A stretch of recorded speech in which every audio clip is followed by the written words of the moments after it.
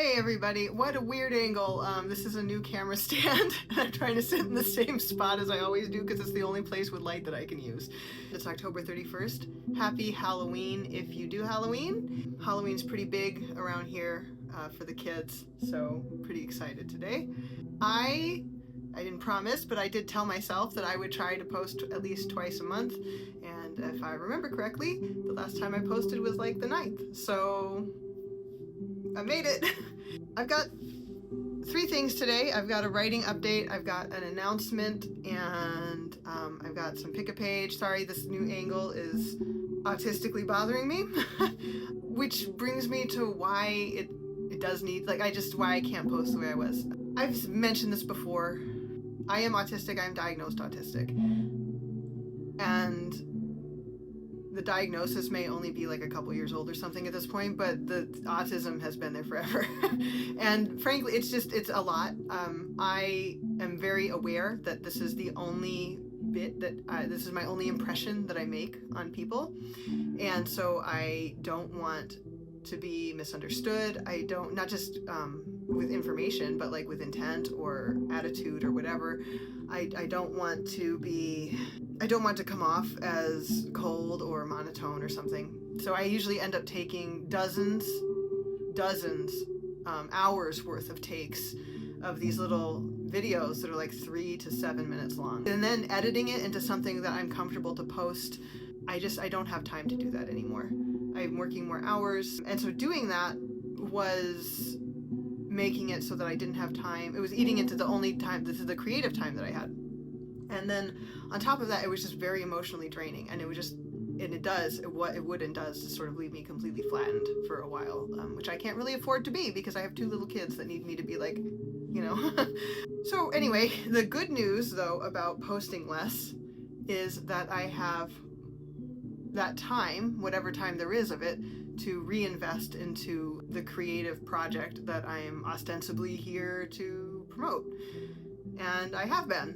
So I've made good progress in book 2, about 5 episodes in. I say about because only 3 have, I want to say hit pan, and I'm not sure why. I don't know what that means. I have touched the bottom. They're at the bottom. 2 have not, and I've actually gone back to one of the earlier ones because the deep lore, which you're welcome to hunt out if you want, but you don't have to, is sound. But the sort of immediate background of that episode that kind of gives the ostensible, I guess that's my word today, the ostensible reason for the episode existing, for any of these events even happening, I wasn't happy with that. I don't think that it made, upon even like a moderately intense inspection of it, I didn't think it made any sense anymore. So I'm going back and dealing with that. The good news is that the main point of the episode is not that. And so to fix this, it's going to be a matter of like reworking like some dialogue and just like some of the things that they see and that kind of stuff. Not a big deal. It's annoying. So the good news is that if I get irritated or bored with one element of this process, I can just go to a different one. So if I'm irritated with the story, I can work on the glossary. If I don't have anything to do in the glossary, because actually I don't get irritated with the glossary, I could work on that all the time. I can work on the art. If I don't have any art to do, like right now, I don't have any of the stories to where I would be confident to invest that time into making a drawing. Like I am not trained as that kind of artist. So each one of those drawings is like several days.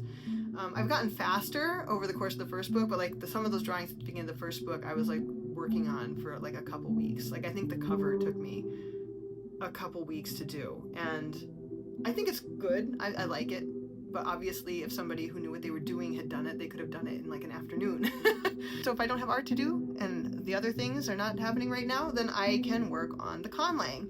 And the conlang means constructed language. You know, I think the sci-fi people who are here are up on that, but if you're not, it just means constructed language. And there is one conlang in the world of Ferreton Down, and that is the language of Threllan. Ferreton's friend and mentor and sort of parental unit is Ed, and Ed is Threllan. speaks Threllan is from Athrelka, the Athrelka system. There is another language that's related to Threllan called Arthuri, and that is not going to be as fleshed out. Basically, I mean, only fleshed out to the point where I'm like, instead of this, they do this. These kinds of sounds became these kinds of sounds. This is how they put it together. This is, you know, that, but it's not going to be a full working thing. I don't think, unless, I mean, it could be. But I don't have plans to do that.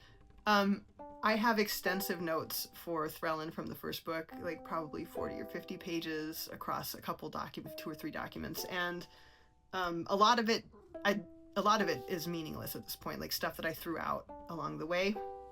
So I've just been going through trying to like clean it up, because right now whenever I have to look something up, it's an absolute nightmare.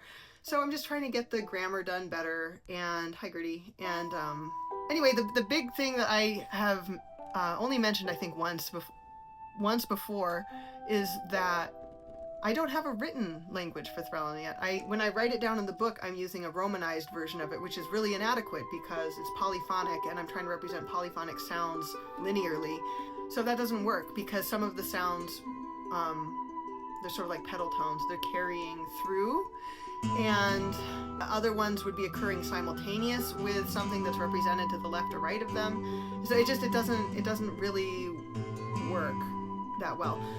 I will not be putting the written language into the book. Like I might make a chart or something and put it in the back, just if people are interested. But I think it would be really obnoxious. Like I think it would be much more obnoxious to a reader to just encounter whatever this is, you know, not any written thing that exists. Like they wouldn't be able to, it would not do anything for them. It's not like you can Google how it sounds. But we call it a character cycle instead of like an alphabet, because it's not an alphabet. And look, I'm not a linguist, so I'm just borrowing some tools out of their toolbox and doing the best I can with what I've got.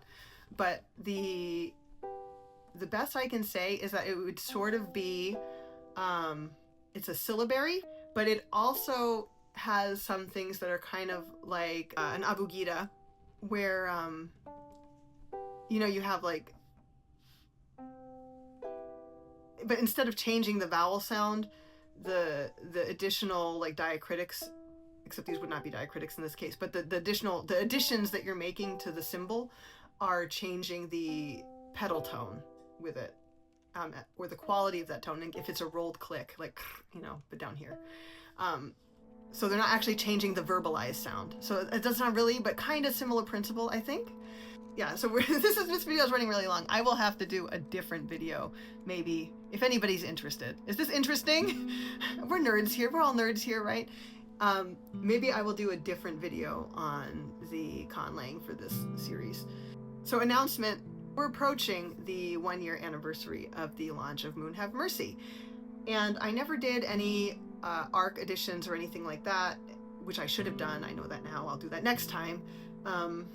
But I think to celebrate from now until Thanksgiving, I will run a little Shmiv. And well, not little. For me, this is big. I think the plan, I'm gonna do a video next week with official stuff. So the plan will be 10 book boxes with all the doodads. All the doodads. So just a heads up, I cross post, so it would be advisable to contact me if you're interested in that via my website. You can do that now. I will have more of the official stuff next week, like I said. But basically, I mean, like, I don't make you tag people or anything. It's just, you should follow the account that you see the video on if you want the thing. You should like the video, you know. Reposts are super appreciated, for sure. But that's really it. Like, you know, like basic stuff. And I say just get in touch with me through the website, through my contact, because like I've got a contact box on there, you know, right from the homepage. Click contact and send it, because I cross post everywhere, and if you're DMing me, I might not see your message because I don't even log into these apps very often anymore. And I don't have any notifications on. Like I had to really step away from socials. Pick a page. Today for Pick a Page, we have a suggestion from Shaciahwrites, who is another author on here. And Shaciah asked for page 372. 372 is going to be in the glossary, and I think I might just read the whole glossary entry. So let's see. It depends. Some of them are long, but if it's not too long, then I might just read the whole entry. Yeah. Shaciah, your your glossary entry is for Jantham Tan, a mid-sized rocky planet in orbit around Shastar. The homeworld of the Taniyani, pioneers of the sector, Jantham is a major hub in Arm Sector 4, see Arm Sector, and there are very few cross-sectoral boreway paths that can be taken in federal space that do not pass through its port. Jantham is also the seat of the Intersystemic Federal Congress. Population as of the 5.1150 federal census, 15 billion. So I hope you liked your selection, and that's it. If anybody wants me to read a line or an entry for them, call out a number between 1 and 420. The story proper ends at 321. And I will talk to you all later. Bye.